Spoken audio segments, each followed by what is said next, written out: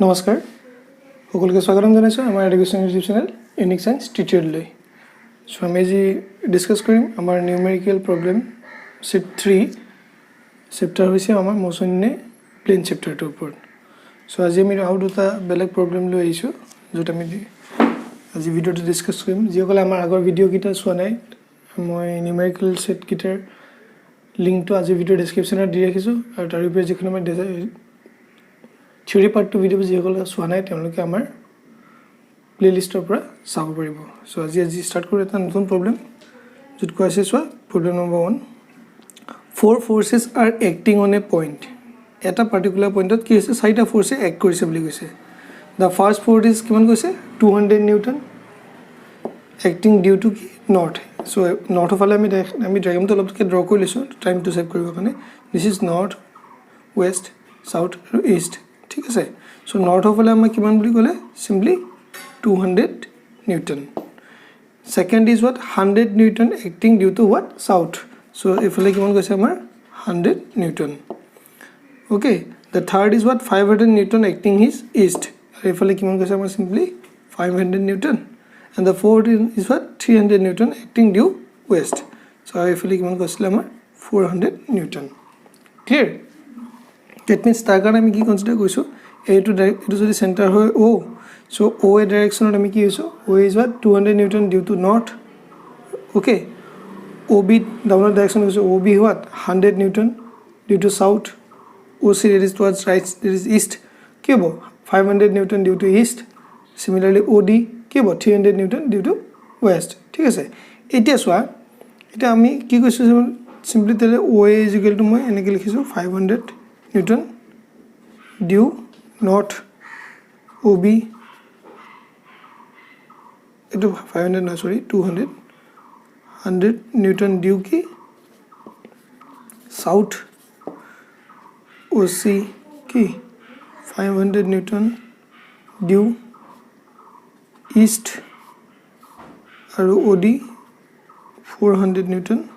due ki west clear se সাইফালে কিমান কিমান আছে এপ্লাই কৰিছে এটা চোৱা ফোৰ্স যেটা এক কৰিছে এফালে 200 নিউটন এক কৰিছে আৰু তাৰ অপোজিট ডাইৰেকশন 100 নিউটন কৰিছে এইটা ৰিজাল্টেন্ট ফোৰ্স তা থাকিব কোনবা এফালে মুভ কৰিব গতিকে হে ৰিজাল্টেন্ট যদি ফোর্স তুলি আহো the resultant of OA and OB is কি হ'ব simply তাক মই সাপোজ হে ফোর্স টু কনসিডাৰ কৰিছো কি F1 টো মই ভাৰ্টিক্যালি আপওয়াৰ্ড কিয় দেখাইছো চোৱা F1 টো কি হৈছে আমি যদি চাও OA ডাইৰেকশন টো কি 200 নিউটন এটো কি 100 সো হে ক্ষেত্ৰত বস্তুটো কোন ফালে পুল হ'ব towards this direction হেকাৰণে আমি কি কৈছো this simply what 100 Newton along what north ঠিক আছে similarly এই ক্ষেত্ৰত যদি কনসিডাৰ কৰো west and east directionত হে ক্ষেত্ৰত যদি কম কি হ'ব the resultant of OC vector and OD vector is simply কি হ'ব মই হে ফোর্সটো কি কৈছো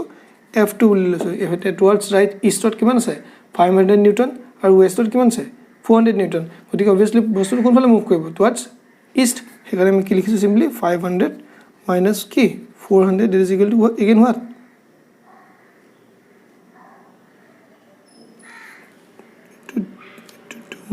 এটা 300 আসলে sorry this is 300 that is why this is 200 newton along কি হৈছে east clear ঠিক আছে এটা আমি যদি দুটা ফোর্স পালো তাৰ ৰিজাল্টেন্ট যদি ফোৰ্সটো ক্যালকুলেট কৰিব যাও হে ৰিজাল্টেন্ট ফোৰ্সটো কি হ'ব আৰু এটা এই F1 আৰু F2 মাজত এংগল কিমান হ'ব 90 ডিগ্ৰী হয়নে 90 ডিগ্ৰী হলে আমাৰ যদি স্টেটমেন্টটো থাকে কি হয় F1 square plus F2 square twice of F1 F2 square plus twice of F1 F2 কি cos of theta cos কিমান হ'ব 90 ডিগ্ৰী সো হে ক্ষেত্ৰত কি হ'ব এই ভ্যালুটো কি cos 90 0 গতিকে F1 এর টার্মটো কাটি যাব থাকিব কি F1 স্কয়ার আৰু কি F2 স্কয়াৰ ৰুট হয়নে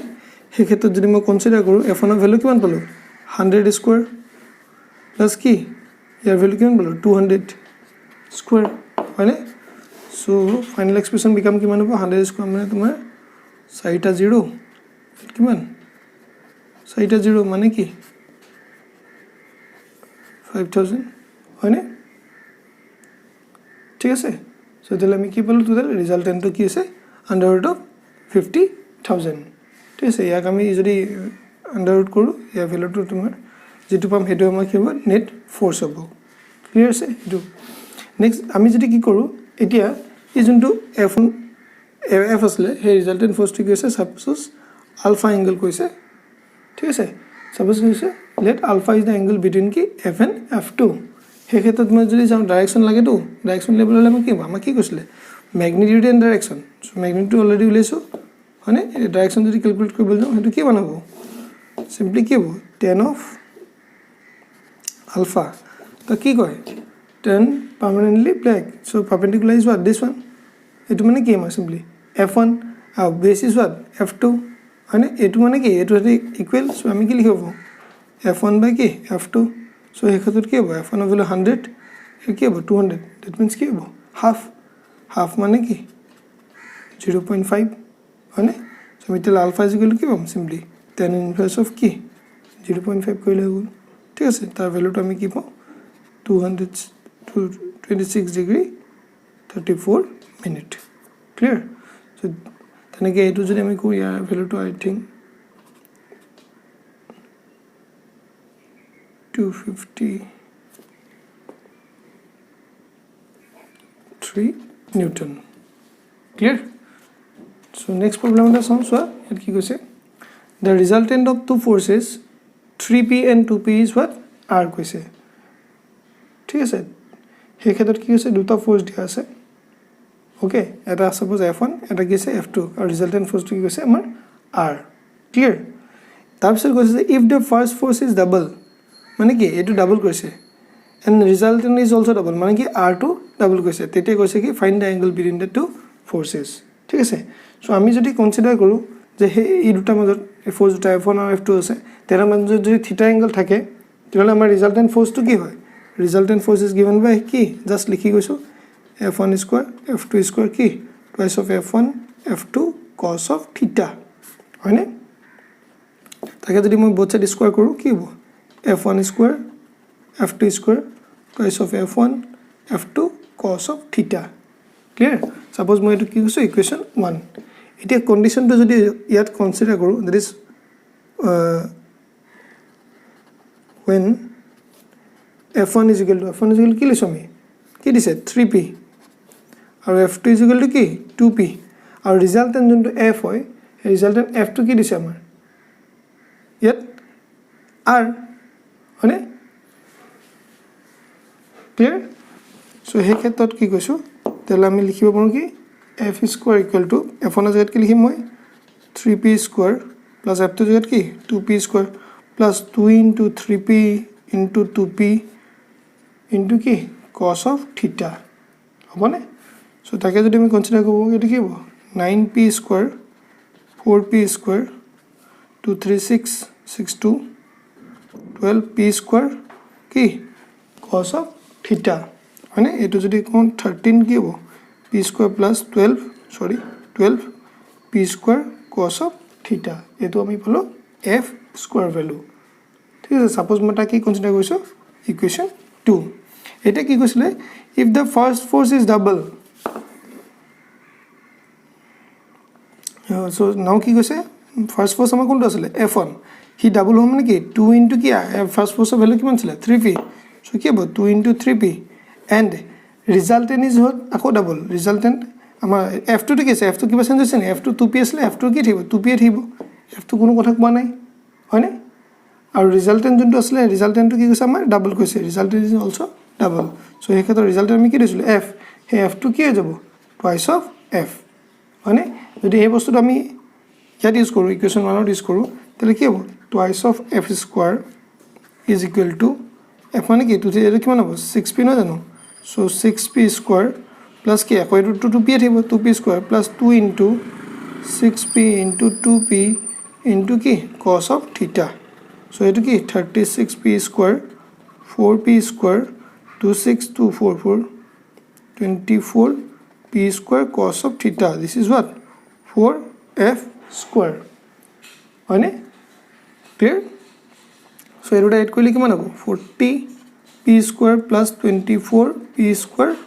cos of theta is equal to what 4f square মই যদি কনসিডাৰ কৰোঁ f স্কয়াৰ ইকুৱেল টু কি হ'ব